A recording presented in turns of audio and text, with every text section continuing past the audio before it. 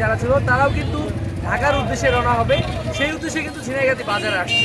তো সব কিছু মিলে যে একটা হজবরল অবস্থা তৈরি হয়েছে, কর্তৃপক্ষ যদি এখানে একটা ট্রাফিক পুলিশ বা নিয়ন্ত্রণ করার জন্য কোনো নির্দিষ্ট কোনো ব্যক্তি রেখে দিত, তাহলে হয়তো বা ঢাকাগামী ব্যক্তি বা পরিবার পরিজনদের সঙ্গে ঈদ কাটাতে এসে মানুষগুলা কিন্তু ভোগান্তিতে পড়তো না, তাদের স্বাচ্ছন্দ্যে যাতায়াতটা কিন্তু সুন্দরভাবে চলতো।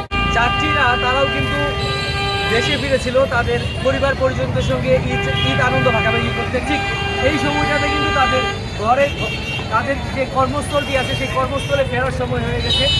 এই জায়গাটিতে থানামোড়ে এই পয়েন্টটি বা ঝিনাইগাতি বাজারের 3টি পয়েন্ট, ব্যস্ততম পয়েন্ট, সেই পয়েন্টগুলোতে যদি নির্দিষ্ট কোনো ব্যক্তি বা প্রশাসন থেকে কোনো দায়িত্বশীল ব্যক্তিদেরকে এখানে নিয়োজিত করা হয়, তাহলে হয়তো বা যারা ঢাকা থেকে ঝিনাইগাতি থেকে ঢাকার উদ্দেশ্যে যাবে বা পরিবার পরিজনদেরকে নিয়ে ঈদ কাটাতে এসেছে, তারা কিন্তু নির্বিঘ্নে এই জায়গাটিতে বা ঝিনাইগাতি সদর বাজারে নির্বিঘ্নে চলাচল করতে পারত। আমি আতিকুর রহমান খান সবসময় চেষ্টা করি ঝিনাইগাতি উপজেলার সর্বশেষ আপডেট দেওয়ার জন্য।